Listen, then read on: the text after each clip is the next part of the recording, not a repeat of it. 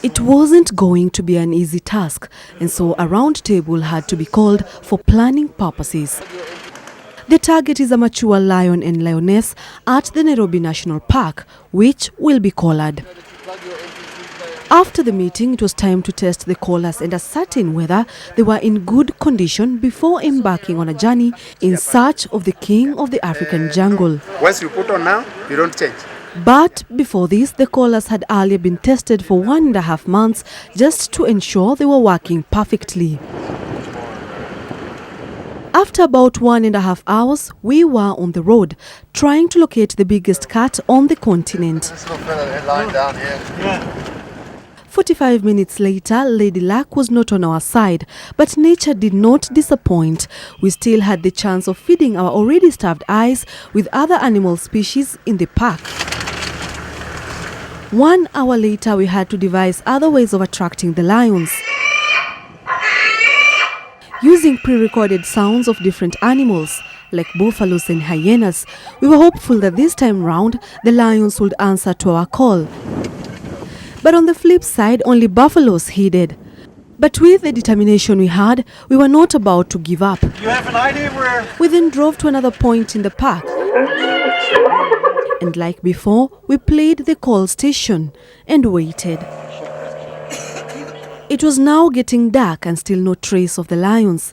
At about 7 p.m., the operation was retired for the night, but we remained optimistic that the next day, our fate will change.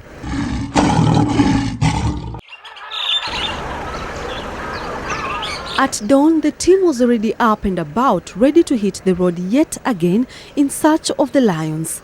After driving for about half an hour, it is our second day out in the wild, and today, by the look of things, it shows that we are lucky. We just spotted 2 lionesses that are going to be used in this activity.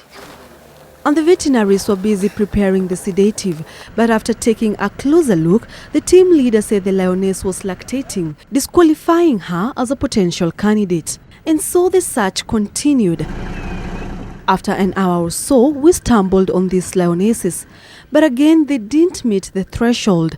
They were too young. If you put a collar on a young, immature individual, the chances of it being strangled by the collar are very high.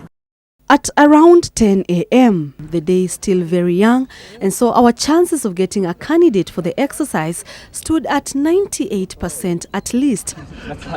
A less than 5-minute drive from the spot where we spotted the young lionesses, and we were met by another obstacle. Our vehicle broke down. As the driver was busy working on the vehicle, I took the opportunity to learn a thing or two about the lions from this park. We have a total of 40 lions in the park. 2 from different prides were collared last year, after which they were named Nelly and Kiprono. A lion can live up to 18 to 25 years, but at the age of 5, they can reproduce. In 2012, the park lost 6 lions at Oloika area in Kitengela in Kajiado County as a result of retaliatory attacks after they invaded a homestead and killed 4 goats. But after they are fitted with the collars, the lions or lionesses do not get to permanently live with it. Collars expire after 2 years and can then be replaced or put on a different animal. Last national estimate we'd have is 2,000 individuals, and we across the country, and we would like to build this population, so that we have as many lions as the country can accommodate. 30 minutes later, we were on the road again. There was no stopping for us. Just then, we spotted a lioness. It was now approaching midday, but it hid in the bushes, making it hard for the vets to dart it. And with the scorching sun, we had to call off the operation until late in the evening. 5 p.m., we were back in the park, and the pre-recorded sounds of a young one of a buffalo was played. 5 minutes later, a lion and 2 lionesses responded. Lady Luck was on our side this day. They were all mature, and so the vets moved closer to have a good shot. After ensuring the area was safe, we were called in. So the lion is down. They've already finished collaring it, and the main focus is just to be able to monitor its movements around the park. Why are you covering its head with a blanket? It's able to hear, but though it cannot move. So it's just unconscious? Yes. We also collect quite a number of samples, and blood samples, tissue samples, hair samples, and so on. And that's mainly one, to test whether there are any diseases that are in these animals.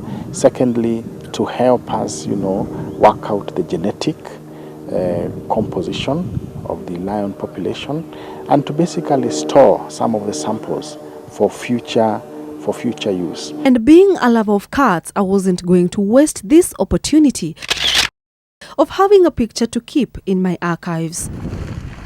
After the operation, it was named Derek. It is just a matter of time before Derek wakes up. But a part of the team will have to remain here to ensure it is safe from animals such as the hyena, which can take advantage of the lion's immobility and attack it.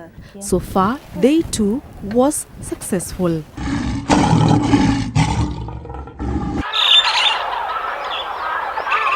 We were in the park by 7 a.m. After a short drive of about 10 minutes, we played the call station. At first, a hyena responded, hoping that it would have a chance of having a biting of a calf. Then a few minutes later, a buffalo, believing its young one was in danger, showed up infuriated. And when it spotted the hyena, it chased it away. This put people playing the call station at ease from earlier fears that the buffalo would attack them. Then what we were expecting showed up, the lionesses. They all ran towards us, but a closer look at them, they were all under 4 years old, and so the collar could not be put in any of them. Just then another lioness appeared.